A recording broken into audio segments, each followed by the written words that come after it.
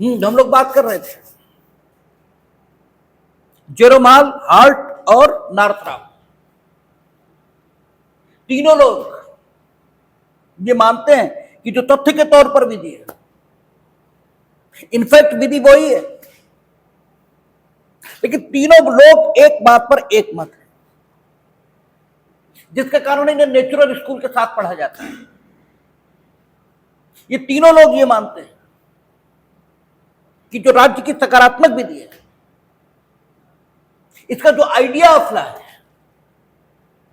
इसकी जो अंतर वस्तु है,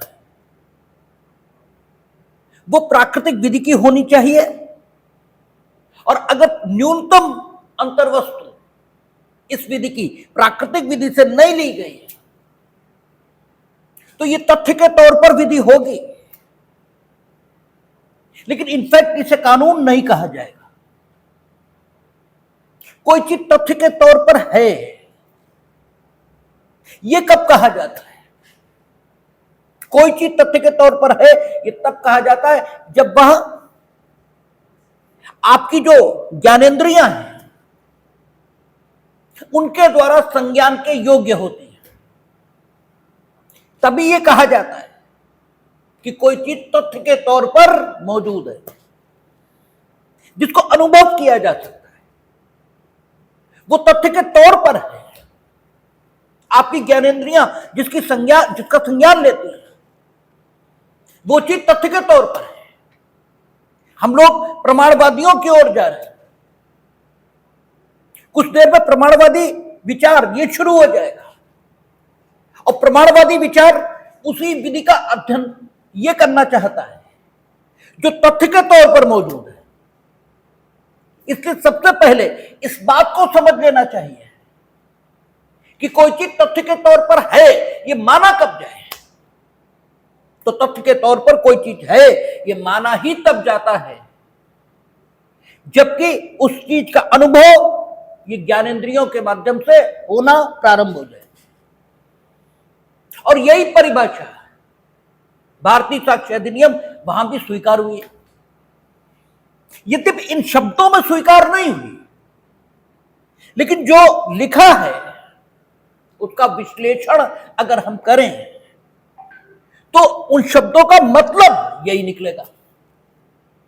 भाव कहता है वस्तुओं की अवस्था या वस्तुओं का संबंध, इसे तथ्य कहेंगे, या फिर मन या मन की कोई दशा जिसका भान दूसरे व्यक्तियों को है, तो दूसरे व्यक्तियों को आपके मन की दशा का ज्ञान यह होगा कब? जब आपके मन की दशा आपकी शारीरिक स्थिति में कोई ऐसा परिवर्तन ये ले आएगी जिसका अनुभव दूसरे को उसकी ज्ञानेंद्रियों के माध्यम से होने लगेगा। आपके चेहरे पर तनाव, आपके चेहरे पर गुस्सा, जब ये दिखने लगेगा तब ये पता लगेगा कि आपकी मानसिक दशा इस समय क्रोध की है या हर्ष की है। तो सीधी सी बात जो वहां पर लिखी है उसे इन्हीं शब्दों में कहा जा सकता है कि तथ्य के तौर पर वो चीज है जिसका अनुभव लोगों को उनकी ज्ञानेंद्रियों के माध्यम से हो रहा है। तो विधि जो सकारात्मक है, अर्थात विधि जिसे राज्य ने निर्मित किया है विधि के रूप में, या राज्य ने जिसको मान्यता दी है विधि के रूप में, वो तथ्य के तौर पर विधि है, यह माना जाएगा। लेकिन तथ्य के तौर पर जो कुछ आप मान्यता देते हैं उसके पीछे भी कोई चीज होती है। आप तथ्य के तौर पर किसी भी चीज को जिस रूप में मान्यता देते हैं, उस चीज के पीछे कोई ना कोई संकल्पना काम कर रही होती है, आपका पूर्व का कोई अनुभव काम कर रहा होता है। एक चीज आपने देखी, आपने कहा ये शेर है, इस आपकी इस घोषणा के पीछे आपने शेर का जो अध्ययन किया है, ये शेर की जो संकल्पना काम कर रही है, उसके आधार पर आपने घोषित किया कि ये शेर है। अन्यथा आपको कैसे पता लगा कि ये शेर है? तो तथ्य के तौर पर जो कुछ है उसे अनुभव जब आप करते हैं तो आप उसे जिस रूप में अनुभव करते हैं, अर्थात आप उसे जिस नाम से अनुभव करते हैं, उस नाम से अनुभव करने के पीछे आपकी कोई, ठीक है, संकल्पना होती है, आपका कोई विचार होता है, और उसी विचार को उस तथ्य के तौर पर अनुभव की गई चीज का आइडिया यह कहा जाता है। तो तथ्य के तौर पर जिसे आपने विधि के रूप में अनुभव किया, उसे विधि के रूप में जिसलिए अनुभव किया, वही आइडिया अपना है। ठीक है ना? आपने तथ्य के तौर पर जिस चीज को विधि के रूप में अनुभव किया, वो जिस वजह से विधि के रूप में अनुभव किया, वही आइडिया अपना है। प्रमाणवादियों के मुताबिक ये आइडिया अपना, ठीक है, राज्य की मान्यता है। क्यों? आप प्रमाणवादियों के दृष्टिकोण से अगर देखें तो किसी चीज को तथ्य के रूप में, ठीक है, विधि घोषित तभी करते हैं जब आप ये पा लेते हैं कि तथ्य के तौर पर हम जिसे विधि मान रहे हैं उसके पीछे राज्य की मान्यता है। वो राज्य की मान्यता किस रूप में है, ये अलग बात है। राज्य की मान्यता संप्रभु के समादेश के रूप में हो सकती है, जैसा कि बेंथम और ऑस्टिन मानेंगे। ठीक है, राज्य की मान्यता अपने से वरिष्ठ मानक उससे मान्यता के रूप में हो सकती है, जैसा कि केल्सन मानेंगे। अभी ना आपने केल्सन पढ़े, ना आपने ऑस्टिन और बेंथम पढ़े, लेकिन फिर भी चूंकि प्रसंग आ गया, इसलिए वो लोग तथ्य के तौर पर विधि, इसको तथ्य के तौर पर विधि घोषित करने के लिए किस आइडिया को आइडिया ऑफ लॉ के रूप में मान्यता देते हैं, उसकी बात, ठीक है, ये हमने आपको बताई। जब आप हार्ट को पढ़ेंगे तो वो नियमों के रूप में विधि की व्याख्या, ठीक है। तो आइडिया ऑफ लॉ जो प्रमाणवादी मानेंगे वो राज्य की मोहर, इसे मानेंगे और वो कहेंगे ये तथ्य के तौर पर विधि है, इसलिए क्योंकि इसके पीछे राज्य की मान्यता है।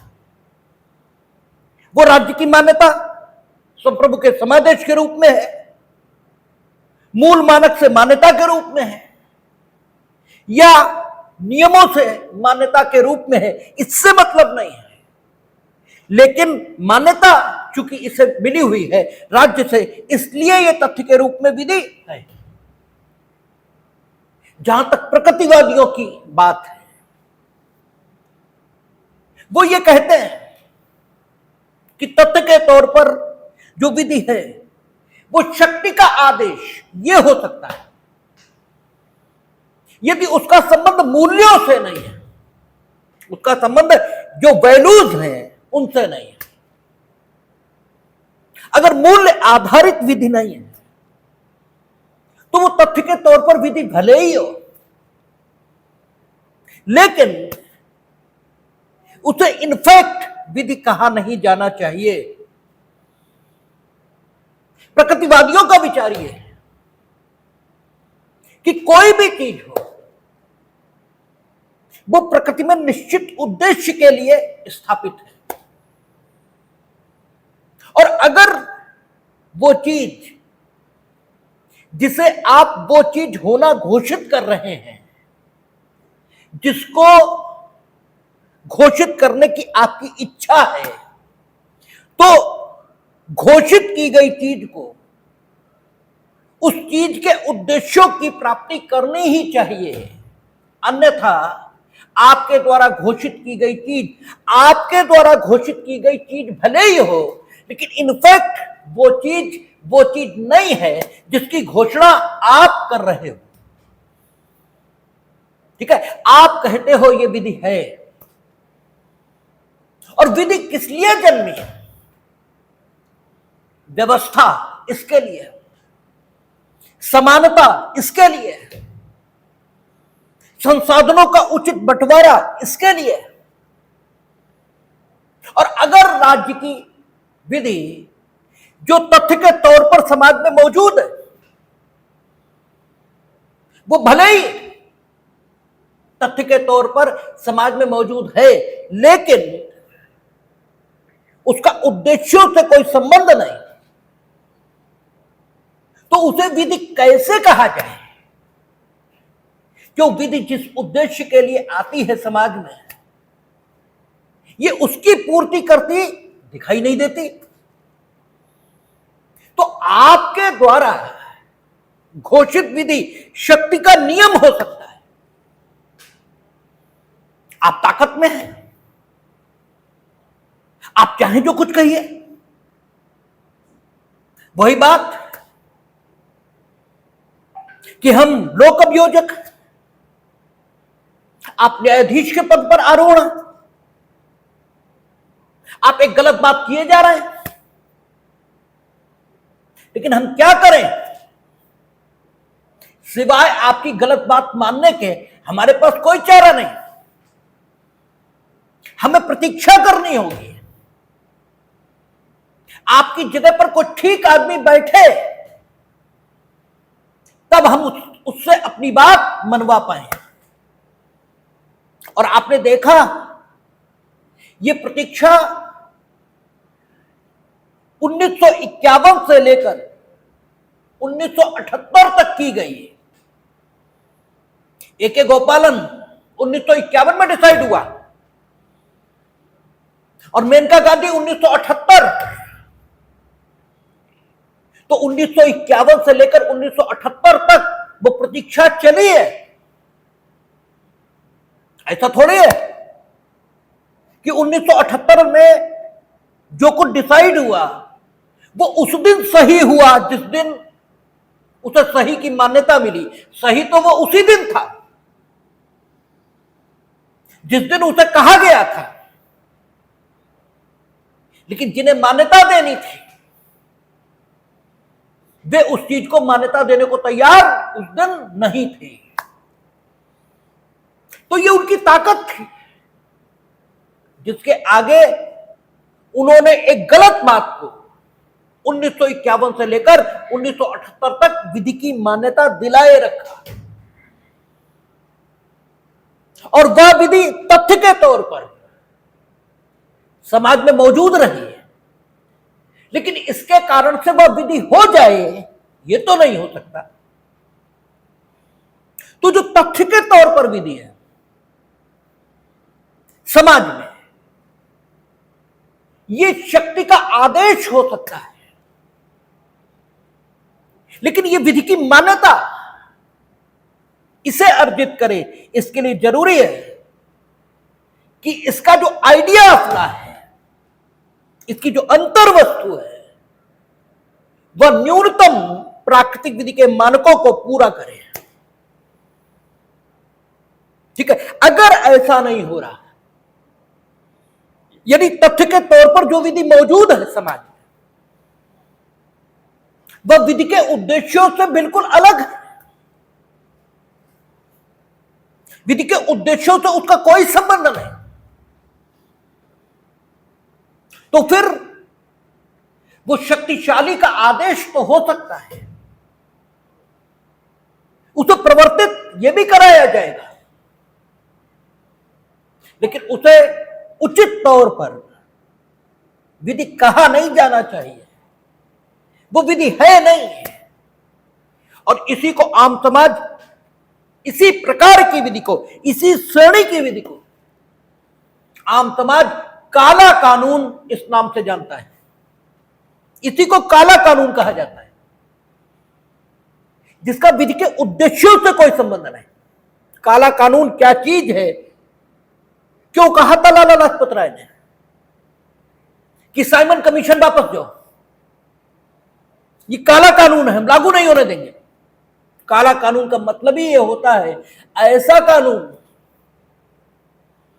जो विधि की मान्यता के विपरीत, विधि की मान्यता है ऐसी चीज, ऐसा आदेश, ऐसा आदर्श जो मानव प्राणियों में विभेद को खत्म करे,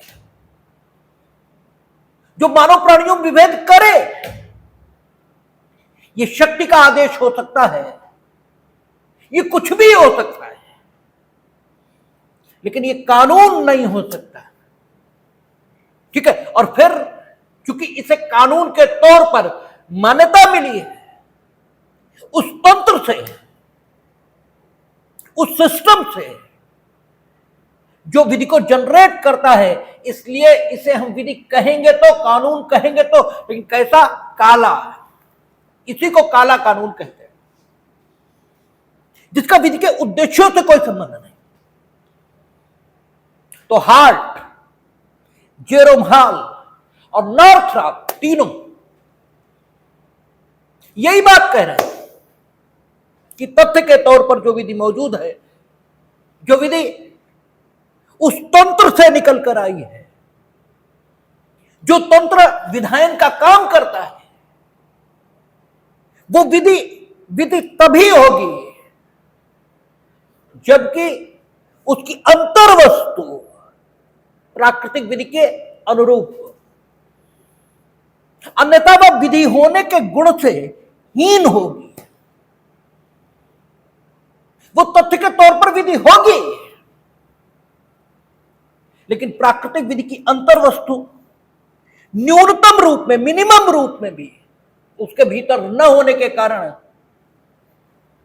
उसे उचित तौर पर विधि ये माना ही नहीं जा सकता। हार्ट ने 5 बातें कही हैं कि तथ्य के तौर पर जो विधि है, राज्य की जो सकारात्मक विधि है, वो विधि का रूप ग्रहण करे। इसके लिए उसमें मिनिमम 5 चीजें होनी चाहिए। ठीक है, और वो 5 चीजें इन कारणों का व्युत्पाद, व्युत्पाद मीनिंग देयर बाय उससे उत्पन्न है, उससे व्युत्पन्न है, उसका डेरिवेटिव है। जो 5 कारण लिखे हैं हार्ट में, हार्ट कहता है चूंकि मानवीय दुर्बलता ये सामान्य है, ठीक है, इसलिए विधि जो है तथ्य के तौर पर उसे मानवीय दुर्बलता से संरक्षण देने योग्य ये होना चाहिए। भाई मानवीय दुर्बलता है ना, मानवीय दुर्बलता वो कारण है जिसके कारण विधि जो है, यानी तथ्य के तौर पर जो विधि है, यानी जो सकारात्मक विधि है, यानी जो राज्य से निर्मित विधि है, उसको संरक्षण देने योग्य होना चाहिए। अगर वो संरक्षण नहीं दे सकती तो वो शक्ति का आदेश हो सकता है, वो राजनैतिक शक्ति का आदेश हो सकता है, वो किसी का आदेश हो सकता है, किंतु न्यूनतम कम से कम इतना जरूर उसमें होना चाहिए कि वो सबको संरक्षण दे। क्यों? क्योंकि मानवीय दुर्बलता ये है ना, इस वजह से ही तो तथ्य के तौर पर जो विधि है उसे लाया गया है। लोगों में लगभग क्षमता है, हार्ट कहता है लोगों में लगभग क्षमता है। क्योंकि लोगों में लगभग क्षमता है, इसलिए क्या होना चाहिए? विभेद ये नहीं होना चाहिए।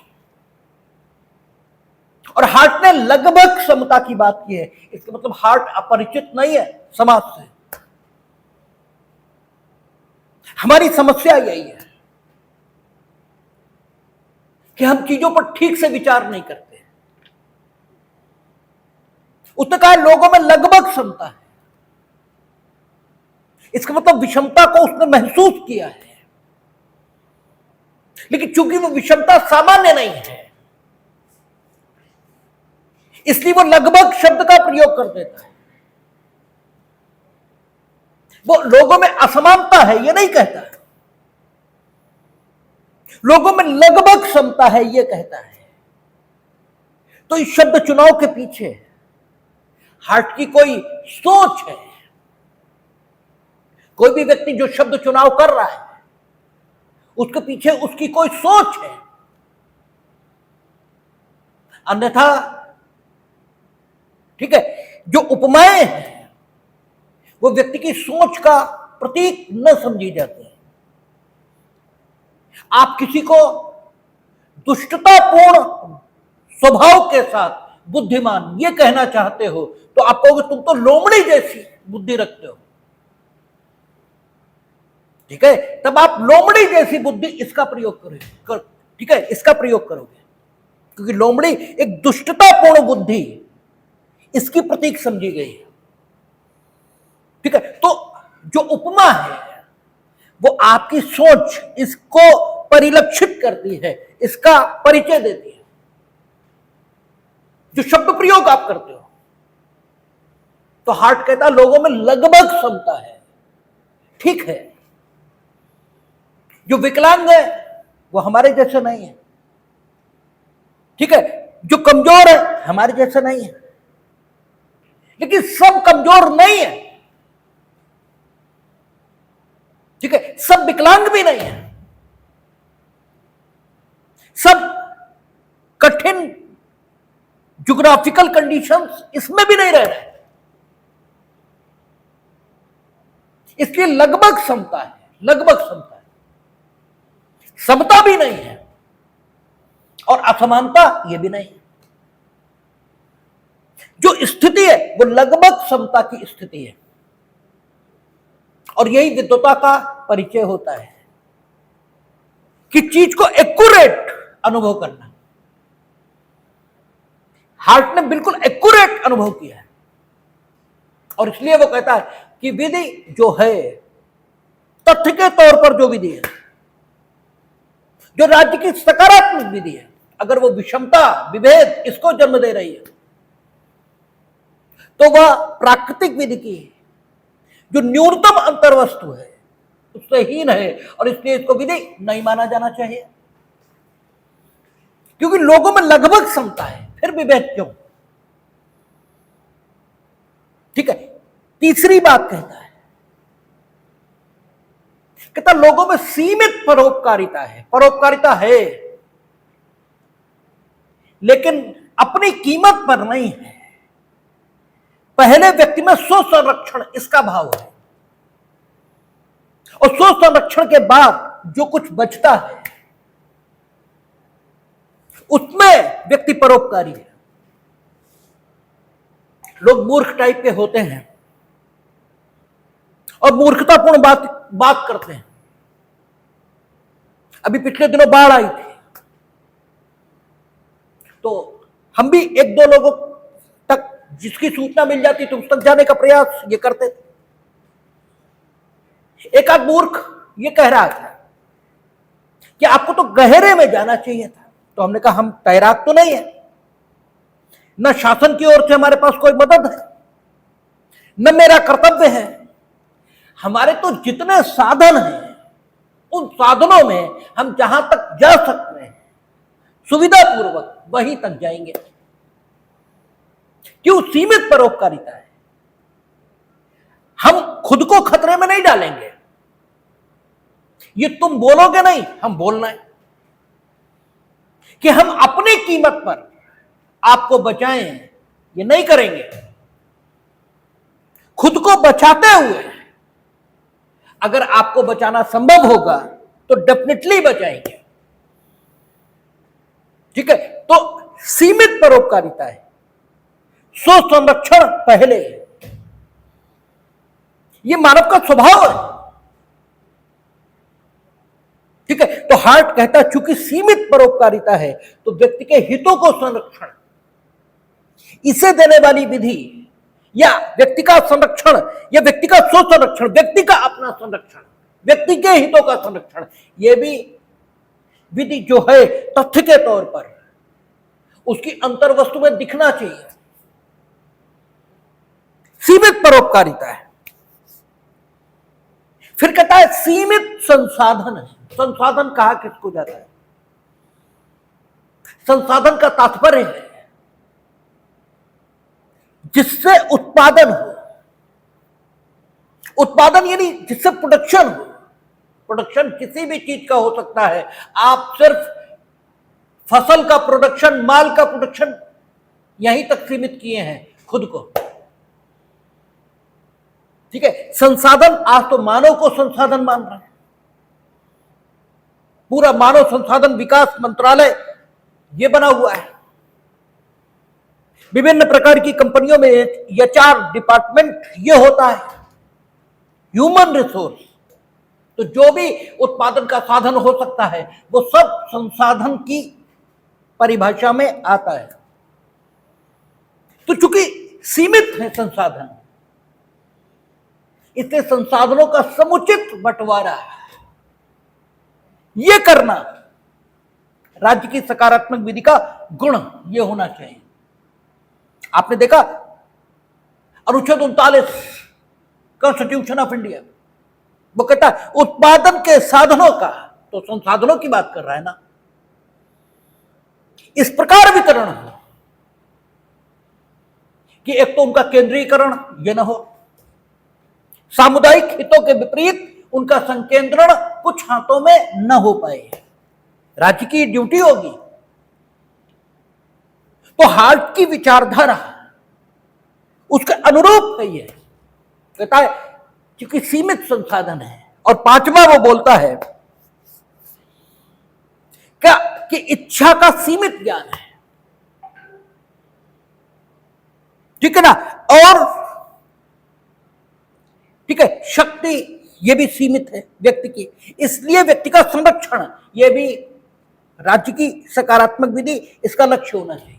तथ्य के तौर पर जो विधि है इन 5 कारणों से, ठीक है, जो उत्पन्न आवश्यकताएं हैं, इन 5 कारणों के कारण कुछ आवश्यकताएं पैदा हो रही है ना, तो इन 5 कारणों से उत्पन्न आवश्यकताओं की आपूर्ति करने वाली वह विधि होनी चाहिए जिसे तथ्य के तौर पर आप विधि के नाम से जानते हैं। क्यों? इसलिए क्योंकि प्रकृति में हर चीज एक उद्देश्य के लिए स्थित है, और अगर वो चीज उस उद्देश्य की आपूर्ति नहीं करती तो उस चीज को उस चीज के रूप में मान्यता प्राप्त करने का कोई नैतिक हक नहीं है। ठीक है ना। मीठा मीठा ना हो, खट्टा खट्टा ना हो, तो उसे मीठा मीठा क्यों कहा जाए, उसे खट्टा क्यों कहा जाए? भाई मीठे को मीठा होना चाहिए। आपका आग है जलाती नहीं, हवा है सुखाती नहीं, पानी है प्यास नहीं बुझाता, क्या मतलब है? वही जो कहा कि बड़े हुए तो क्या हुए, जैसे पेड़ खजूर। ठीक है, पंथी को छाया नहीं, फल ला गया अति दूर। पेड़ क्या माना गया है? पेड़ को ठीक है परोपकार का साधन माना गया है। पेड़ छाया उपलब्ध कराता है, पेड़ फल देता है, इसलिए पेड़ को मान्यता समाज में मिली है। ठीक है, पेड़ की मान्यता और उसके द्वारा दी जाने वाली सुविधाओं, इनके बीच एक संबंध है। पेड़ जो सुविधाएं देता है, ठीक है ना, इस कारण से पेड़ की मान्यता है। पेड़ सुविधाएं तो कोई ना दे, और पेड़ की मान्यता इसको दावा करे, इसको क्लेम करे, तो फिर कहना यही पड़ेगा कि बड़े हुए तो क्या हुए। क्यों दी जाए आपको मान्यता? तो यही हार्ट कह रहा है कि ये 5 कारण हैं, और ये कारण जिन आवश्यकताओं को जन्म देते हैं, उन आवश्यकताओं की पूर्ति के लिए विधि जो तथ्य के तौर पर है उसको जन्म दिया जाता है, और अगर वो विधि जो तथ्य के तौर पर मौजूद है वो इन 5 कारणों से उत्पन्न आवश्यकताओं की पूर्ति नहीं करती तो फिर उसे विधि क्यों माना जाए? ठीक है, यही हाल कह रहा है। हाल कहता है कि तथ्य के तौर पर जो विधि है वो तथ्य के तौर पर विधि ये नहीं मानी जा सकती यदि उसमें नैतिकता की शक्ति नहीं है। ठीक है, हम लोगों ने एक शब्द पढ़ा था विलंगम। जब कब पढ़ा था? जब ज्यूरिस्प्रूडेंस में संपत्ति इसको पढ़ रहे थे। तो विलंगम ये शब्द क्या डिनोट करता है? किस भाव स्थिति, किस फैक्ट सिचुएशन का द्योतक है? तो विलंगम के बारे में कहा था जब कोई किसी संपत्ति का स्वामी होता है और किसी कारण से संपत्ति पर जो उसके अधिकार हैं स्वामी के नाते उनमें कमी आ जाए, तो जिस व्यक्ति या जिस कारण से उसके अधिकारों में कमी आती है उस कारण को इस संपत्ति पर विलंगम कहा जाता है। आप संपत्ति के स्वामी हैं, बंधक कर दिया आपने, तो बंधक के कारण बंधकदार को कुछ हक आपकी संपत्ति पर आ गए, और वह हक क्या है कि यदि आप बंधक ऋण का भुगतान नहीं करेंगे तो वो आपकी उस संपत्ति का जिसका आपने बंधक किया है या तो पुरोबंध या विक्रय करा लेगा। ठीक है ना, धारा 67 उसे अधिकार दे रही है। तो जब भी ऐसा होगा तो ये स्थिति जो स्वामी के नाते आपके अधिकारों में कमी ला रही है, इस स्थिति को संपत्ति पर विलंगम ये कहा जाएगा, और ये विलंगम जिसे हक देगा वो विलंगमदार कहा जाएगा, और जिसके हक लेगा वो विलंगम से बाध्य व्यक्ति ये कहा जाएगा। हाल कहता है कि तथ्य के तौर पर जो विधि ये विधि नहीं है अगर ये नैतिकता की शक्ति से हीन है। इसका मतलब हाल ये कह रहा है कि जो तथ्य के तौर पर विधि है ये अगर विधि होना चाहती है तो इसे नैतिकता के अनुकूल होना चाहिए। ठीक है, अगर यह नैतिकता के प्रतिकूल है तो इसे तथ्य के तौर पर विधि नहीं माना जाएगा। इसके मतलब विधि जिन तथ्यों से मान्यता प्राप्त करती है सामान्य तौर पर लोगों के द्वारा, ठीक है, उनकी जो मान्यता है, लोग ऐसा मानते हैं कि कोई भी चीज विधि तब बन जाती है जब वो राज्य से मान्यता प्राप्त कर ले। ठीक है, राज्य से जो कुछ मान्यता प्राप्त है वो सब विधि है, ऐसी लोक मान्यता है, लोक मान्यता है। और हाल जेरोम हाल इस लोक मान्यता में कमी ला रहा है। ठीक है ना, वो कहता है नैतिकता के नियमों के अनुकूल नहीं है विधि, तो वो तथ्य के तौर पर विधि होगी लेकिन वो उचित अर्थों में विधि नहीं है। इसके मतलब वो विधि की संकुचित व्याख्या प्रस्तुत कर रहा है। ठीक है, वो ये कह रहा है कि विधि सिर्फ इससे विधि नहीं हो जाएगी कि वो राजनैतिक शक्ति के जो तथ्य हैं, यानी जो सरकार है, जो विधायिका है, ये राजनीतिक शक्ति के तथ्य हैं। हमने कहा तथ्य क्या होता है? वो जिसे आप अनुभव कर सकें। तथ्य क्या है? वो जो है वो तथ्य है। विधायिका का अनुभव है आपका, सरकार का अनुभव है आपका,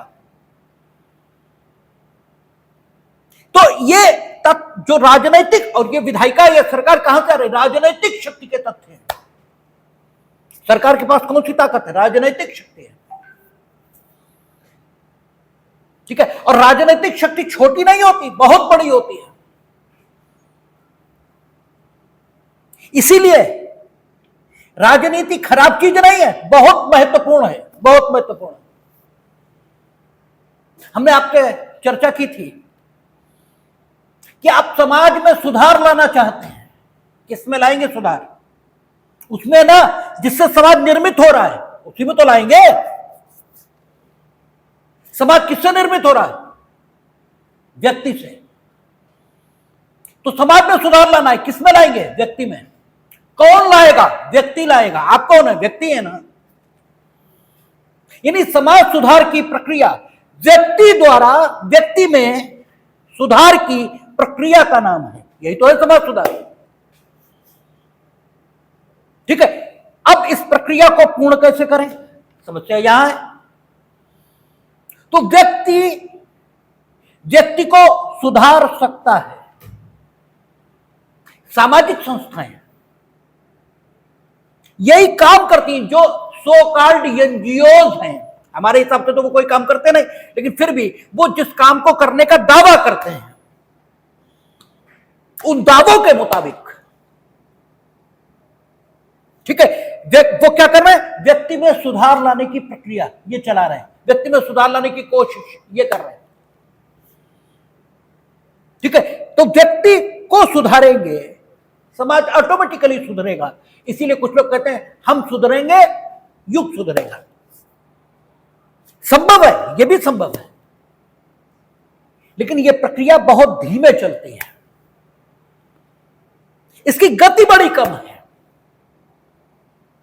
हमें वर्षों प्रतीक्षा, क्योंकि हमारा जीवन ही सीमित है, कुछ वर्षों का है, तो इतनी लंबी प्रतीक्षा समाज नहीं कर सकता। इस प्रक्रिया को तेजी से चलाया जाए, और इसका साधन सिर्फ राजनीति है, राज व्यवस्था है। राज व्यवस्था कानून के माध्यम से परिवर्तन ले आएगी समाज में। जो गलत है हम उसे अपराध, अपकृत्य ये घोषित करेंगे। तो व्यक्ति में सुधार की प्रक्रिया, इसको तीव्र गति से चलाने का नाम ही राजनीति है। इसलिए राजनीति कतई खराब चीज नहीं है, ये बहुत अच्छी चीज है।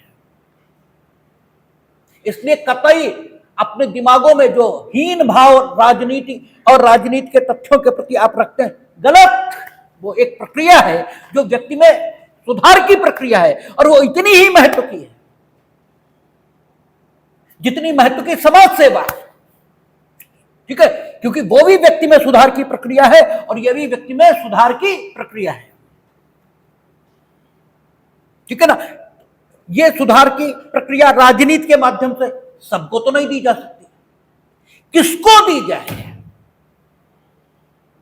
किसको दी जाए, इसके निर्धारण के 3 ढंग विकसित हुए: राजतंत्र, कुलीन तंत्र और लोकतंत्र। सामान्य तौर पर लोग जिसको चाहते हैं कि यह राजनीतिक शक्ति जिसको दी जाए उसे दे दी जाती है, और वही विधायिका और कार्यपालिका आदि आदि नामों से आपके सामने आ जाता है। फिर वो जो विधि बना रहे हैं वो राजनीतिक शक्ति का तथ्य है, उसी को राजनीतिक शक्ति का तथ्य कहेंगे।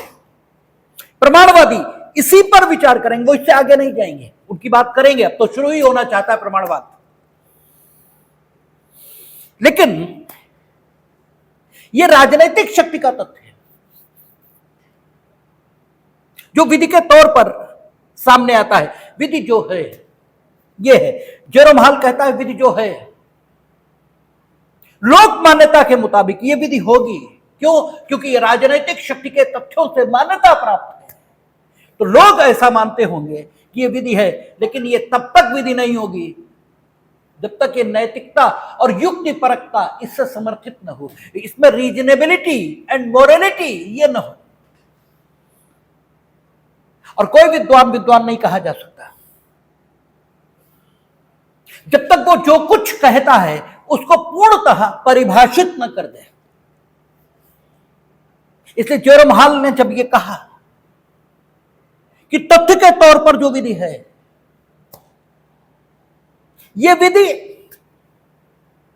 तथ्य के तौर पर विधि जो है, यानी राजनीतिक शक्ति के तथ्यों से मान्यता प्राप्त करके जो समाज में विधि के तौर पर मौजूद है, वो विधि के गुण से हीन है जब तक उसमें रीजनेबिलिटी एंड मोरलिटी न हो। अगर वो ये कहता है तो it is the duty of Jerome hall that he must define what is the morality and what is the reasonability. युक्ति परकता और नैतिकता आखिर वो कहता किसको है, ये तो बताए। तो वो कहता है मोरलिटी, इसका तात्पर्य व्यक्तिगत हितों और व्यक्तिगत इच्छाओं का सम्मान नहीं है। ठीक है, नैतिकता का अभिप्राय है लोकहित और लोक इच्छा का सम्मान। ठीक है, लोकहित और लोक इच्छा का सम्मान। और लोकहित और लोक इच्छा क्या है, ये जाने कैसे? समस्या तो ये भी है क्योंकि इसी समाज में हाथी के पांव में सबका पांव, ये कहावत भी प्रचलित है। यानी मेरा ही हित सबका हित है, ये मान्यता भी इसी समाज में है। हाथी के पांव में सबका पांव है, ये कहावत किस भाव स्थिति का परिचायक है? ये इस भाव स्थिति का ही परिचय है कि मेरे हित में सबका हित है। ठीक है ना? वही कहते हैं ना विश्वात्मा स्वरूप परमात्मा का, कि वो सिर्फ परमात्मा संतुष्ट हो जाए, क्योंकि वो विश्वात्मा है इसलिए विश्व में मौजूद सभी आत्माएं संतुष्ट हो जाएंगी। इसी का देशज स्वरूप, यह आप कहें कि आपसी बातचीत का स्वरूप, यह कहावत है कि हाथी के पांव में सबका पांव। तो अपना ही हित लोग लोकहित घोषित कर सकते हैं, जैसा कि श्रीमती इंदिरा गांधी जी ने किया था कि सब प्रधानमंत्री का चुनाव। प्रधानमंत्री कोई काबिल होता है? उसका निर्वाचन को किसी भी आधार पर किसी भी न्यायालय में चुनौती नहीं। This is the 42nd amendment. आपने पढ़ा है? 42nd गलत बोल गए, 39। आपने देखा है उसको? ये ठीक है, ये बिल्कुल सही है कि आदमी को फॉरवर्ड देखना चाहिए। फॉरवर्ड देखना चाहिए यानी भविष्य यानी मुस्तकबिल की ओर देखना चाहिए, भूतकाल यानी माजी की ओर देखना नहीं चाहिए। ये सही है, लेकिन फिर इतिहास का उपयोग क्या? तो कहते हैं कि भूतकाल में जो गलतियां हुई यदि वे इतनी महत्व की हैं कि वर्तमान और भविष्य को प्रभावित कर सकती हैं, तो भूतकाल की प्रत्येक गलती को याद रखा जाएगा। आपातकाल ऐसी ही चीज है, वो ऐसी चीज है जो भविष्य को प्रभावित कर सकती है। कोई इतना निरंकुश हो सकता है, ये तो याद रखना ही होगा। ठीक है, तो भूतकाल में हुई हर गलती को भूला नहीं जा सकता। ठीक है, सिद्धांत ये भी है कि भूलो और आगे बढ़ो। ठीक है सिद्धांत, लेकिन हर गलती भूली नहीं जा सकती। हर गलती भूली जा सकती होती तो इतिहास नहीं होता। और इतिहास में घटित सभी घटनाओं का उल्लेख नहीं करता। महत्वपूर्ण घटनाओं का उल्लेख इतिहास में होता है। यह नहीं लिखा है कि अकबर कौन सी खाना खाते थे, कौन सी सब्जी उन्हें बड़ी प्रिय थी, यह नहीं लिखा है, यह लिखा भी नहीं होता। ठीक है, लेकिन महत्वपूर्ण घटनाएं लिखी जाती हैं और उनका ध्यान हमेशा रखा जाता है और उन्हें न कभी भूला जाता है। सिद्धांत यह भी, न भूलेंगे न माफ करेंगे। सिद्धांत यह भी है, और भूलो और माफ करो यह भी है। इसी के लिए भगवान ने आपको विवेक की अंतर शक्ति दी है कि आप तय करें कि क्या भूलेंगे, क्या माफ करेंगे और क्या कभी नहीं भूलेंगे। न भूलेंगे न माफ करेंगे।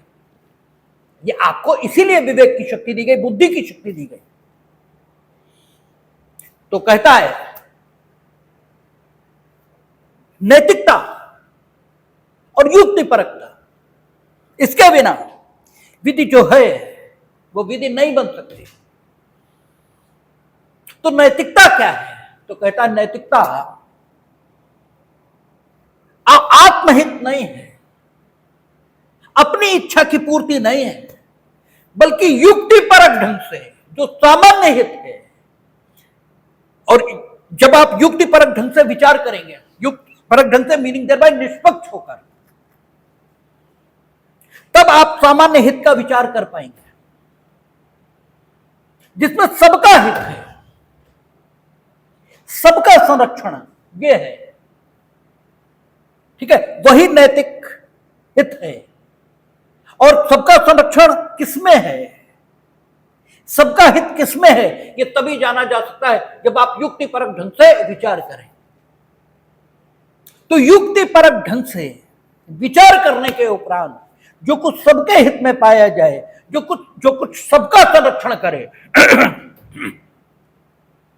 वो अगर न्यूनतम अंतर्वस्तु के रूप में राजनैतिक शक्ति के तथ्यों से उत्पन्न विधि में, अर्थात विधि जो है, अर्थात तथ्य के रूप में विधि जो है, अर्थात राज्य की सकारात्मक विधि में अगर मौजूद है तो वह विधि है, अन्यथा वह विधि के गुण से हीन है, ऐसा जेरोम हॉल कहता है। तो ये लोग राज्य की सकारात्मक विधि के न्यूनतम अंतर्वस्तु, इसकी बात करते हैं। नॉर्थरॉप ऐसा विचारक है जिसको आप ईहर्लिच का पूर्वज कह सकते हैं। ईहर्लिच ने लिविंग लॉ की बात की है, सजीव विधि की। ईहर्लिच का कहना यह है, ईहर्लिच विस्तार से हम लोग तब पढ़ेंगे जब सोशलॉजिकल स्कूल वहां पहुंचेंगे, लेकिन ईहर्लिच लिविंग लॉ की बात करता है। लिविंग लॉ वो कहता किसको है? उसे जिसे इंग्लैंड में कॉमन लॉ कहा जाता है और हमारे देश में रूढ़ि और परंपरा ये कहा जाता है। इसे वो सजीव विधि, लिविंग लॉ कहता है, क्योंकि ये लिविंग लॉ, ये सजीव विधि किसी राज्य द्वारा अपनी राजनीतिक शक्ति के आधार पर लागू नहीं की गई है। इसे लोग स्वेच्छा से अपने आचरण और संबंध इसे विनियमित करने के लिए लागू करते हैं। ठीक है ना? ठीक है, इसीलिए इस लिविंग लॉ को ही असल लॉ ईहर्लिच भी मानता है और आपका नॉर्थरॉप ये भी मानता है। नॉर्थरॉप कहता है कि विधि का मूल्य परक विज्ञान संभव है। मूल्य परक विज्ञान हमने कहा था कि विज्ञान का अर्थ है एक ऐसा ज्ञान जो आपने विशिष्ट तरीकों से प्राप्त किया है, आपने अनुभव से जाना है। ठीक है ना?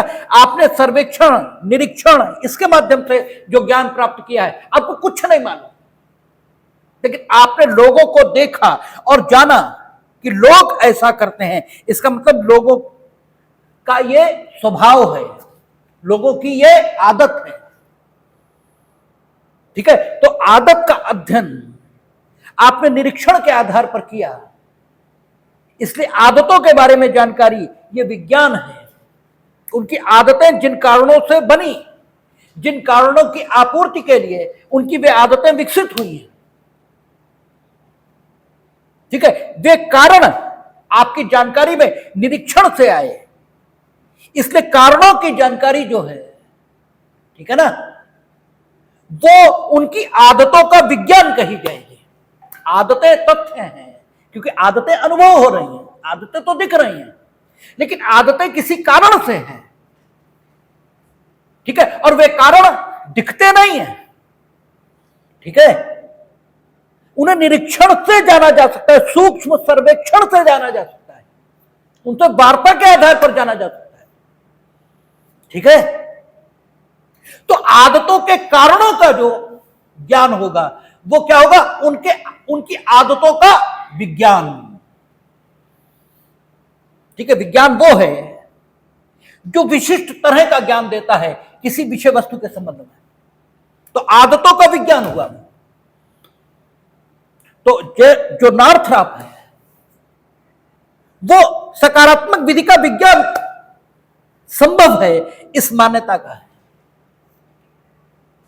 अर्थात सकारात्मक विधि की अंतर्वस्तु जो उसे सकारात्मक विधि बना रही है, ठीक है ना, उसी को तो विधि का विज्ञान कहा जाएगा। क्योंकि विधि क्यों है, इसलिए है क्योंकि उसमें उस ढंग की अंतर्वस्तु है जो उसे विधि की मान्यता दे रही है।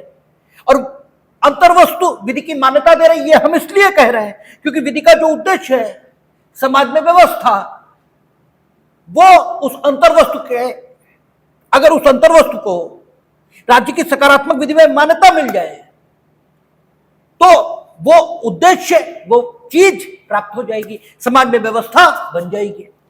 इसलिए विधि का मूल्य परक विज्ञान ये संभव है इस मान्यता के। नॉर्थरॉप कहता है कि मूल्य परक विज्ञान ये क्या है, तो वो कहता है जो लिविंग लॉ है, वो कहता है विधि का अध्ययन एक तो 2 स्तरों पर करना चाहिए, एक तो राष्ट्रीय, दूसरा अंतरराष्ट्रीय। ठीक है, इसका मतलब अंतरराष्ट्रीय विधि को मान्यता दे रहा है। जब वो कहता है 2 स्तरों पर करना चाहिए, राष्ट्रीय और अंतरराष्ट्रीय, इसका मतलब अंतरराष्ट्रीय विधि को मान्यता दे रहा है।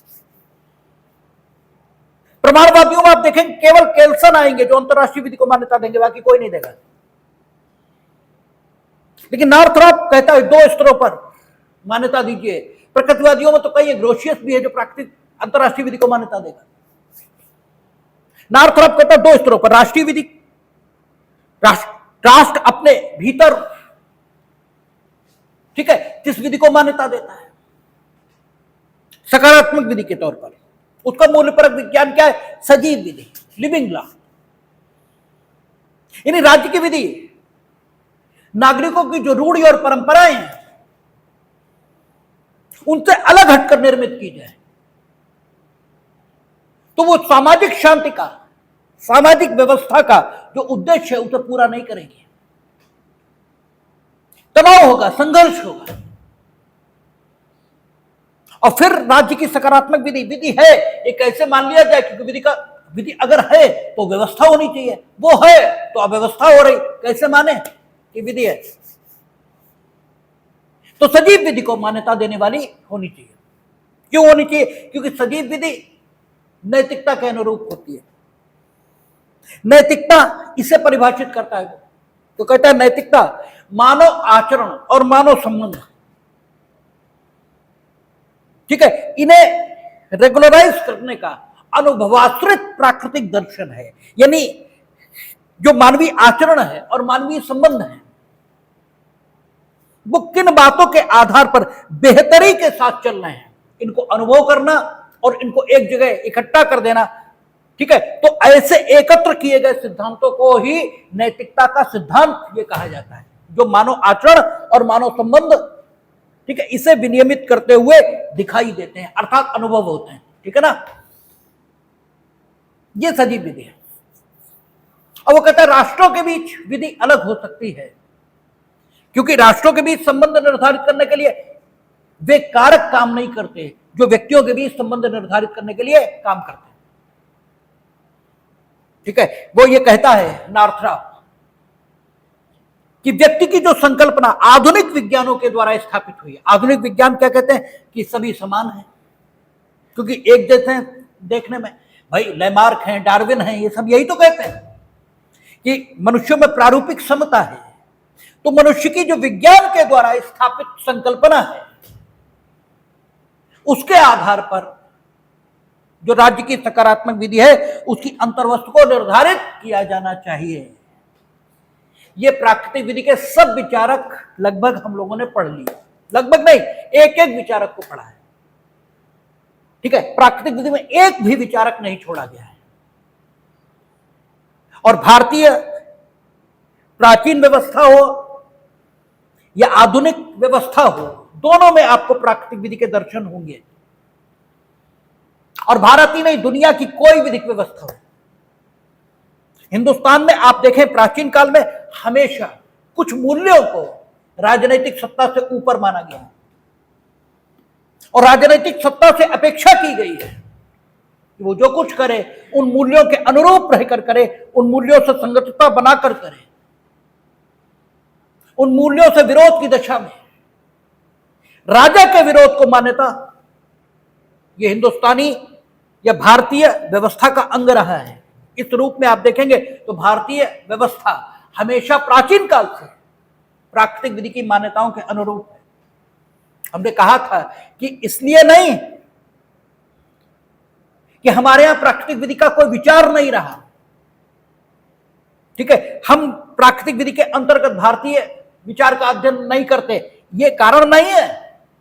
हमारे यहां प्राकृतिक विधि का सम्मान हमेशा रहा है। कारण यह है कि हमारी जो वर्तमान विधिक व्यवस्था है वो चूंकि इंग्लैंड पर आधारित है, इसलिए हम विदेशी, चाहे वो कांट हो, चाहे वो ग्रोशियस हो, चाहे वो थॉमस एक्विनास हो, चाहे वो ऑगस्टाइन हो, चाहे सुकरात, प्लेटो, अरस्तु हो, उनका अध्ययन करते। अन्यथा उन्होंने जो कहा वो हमारे यहां बहुत पहले से मान्यता प्राप्त रहा है। इसलिए यह मानने की जरूरत नहीं है कि भारतीय समाज व्यवस्था में या भारतीय राज्य व्यवस्था में प्राकृतिक विधि का कोई स्थान नहीं रहा, क्योंकि उसके आधार पर हमारी वर्तमान व्यवस्था निर्मित नहीं हुई। इसलिए हम भारतीय मनीषियों और भारतीय ऋषियों का अध्ययन यहां नहीं करते, ठीक है। और जो भारतीय संविधान है उसका चाहे अनुच्छेद 20 हो, चाहे 22 हो, चाहे 23 हो, चाहे 24 हो, कोई हो, ये सारे, अनुच्छेद 19 क्या कहता है, युक्ति संगत प्रतिबंध, ये शब्द कहां के हैं, तो प्राकृतिक विधि के हैं, ठीक है। तो ये नेचुरल स्कूल ऑफ लॉ है जो मूल्यों की बात करता है कि विधि विधि के गुण से हीन है अगर वह मूल्यों के साथ एक संबंध नहीं रखती, क्योंकि विधि एक उद्देश्य के लिए समाज में आई है। यदि वह मूल्यों से अलग हटेगी तो वह उन उद्देश्यों की पूर्ति नहीं करेगी जिन उद्देश्यों के लिए उसका जन्म होता है। तो प्राकृतिक विधि हमें मूल्यों का ज्ञान कराती है जो राज्य की सकारात्मक विधि में स्थान पाने चाहिए। और प्राकृतिक विधि का महत्व यह है कि दुनिया की कोई विधिक व्यवस्था हो, आज प्राकृतिक विधि द्वारा घोषित मूल्यों के विपरीत होने पर काला कानून इस रूप में मान्यता प्राप्त करती है या काला कानून बनाने वाली व्यवस्था के रूप में मान्यता प्राप्त करती है और अपने नागरिकों के बीच अलोकप्रिय होकर नष्ट और खत्म हो जाती है। इसलिए दुनिया में कहीं भी आज प्राकृतिक विधि के विरुद्ध विधायन नहीं होता। कल हम लोग प्रमाणवाद पर बात करेंगे, प्रमाणवाद की शुरुआत करेंगे। देखें